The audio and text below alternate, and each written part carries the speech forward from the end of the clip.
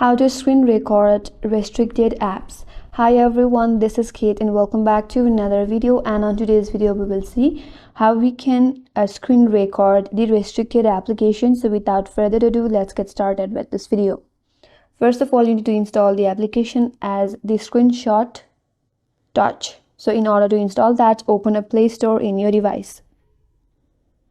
And once you are here, tap on the search icon at the bottom right, and in the search bar, search for Screenshot Touch and install this application in your device.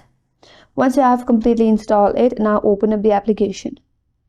There you have to allow all the permissions for the application. So tap on Start Capture Monitoring Service from the top of this interface. Now you have to allow display over other application.